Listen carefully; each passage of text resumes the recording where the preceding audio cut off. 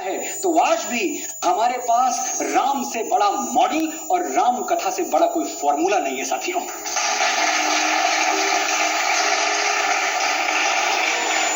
आप सब भगवान श्री राम से उतना ही परिचित हैं जितना मैं हूं, मुझसे ज्यादा आप जानते होंगे, लेकिन एक बार एक रिकैप देना चाहता हूं मैं कि भगवान श्री राम हैं कौन।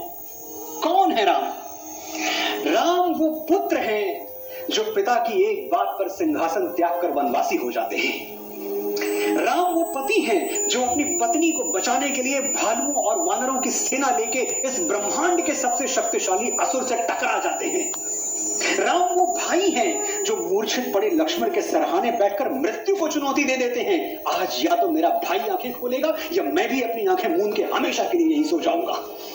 राम वो राजा है जिनके नाम पर हमारे देश में राम राज्य की अवधारणा है।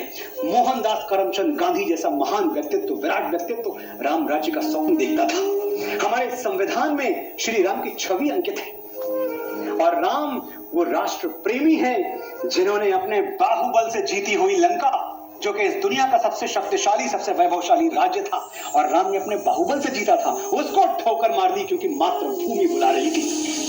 अपि स्वर्णमयी लंका नमे लक्ष्मण रोचते जननी जन्मभूमिश्च स्वर्गादपि गरीयसी। लक्ष्मण मां और मातृभूमि से बढ़ के कुछ नहीं होता। तो आज का ये आयोजन इस विश्वास की प्रतिध्वनि है कि यदि मैंने और हमने अपने जीवन में अपने संस्कारों में राम को उतार लिया तो हमारे जीवन में राम राज्य आते बहुत ज्यादा देर नहीं लगेगी। कण कण में राम, जब ये नाम हमने सोचा कण कण में राम, तो आप इस धोखे में बिल्कुल न रहें कि भारतवर्ष के कण कण में राम है। बस पूरी सृष्टि के कण कण में राम है। जहां भी मानवता है वहां राम है। मैं आपको कुछ उदाहरण बताता हूं। पूरी दुनिया में भी घूमता रहता हूं, आप भी घूमते रहते होंगे। इस दुनिया का सबसे बड़ा इस्लामिक देश इंडोनेशिया, इंडोनेशिया में श्री राम को आदर्श पुरुष माना जाता है। एक महीने साल में 30 दिन ऐसी अद्भुत रामलीला होती है कि देखने वाले देखते रह जाएं, भौचक्के रह जाएं। थाईलैंड एक बौद्ध देश है, लेकिन वहां की राजधानी को क्या कहते हैं? अयोध्या।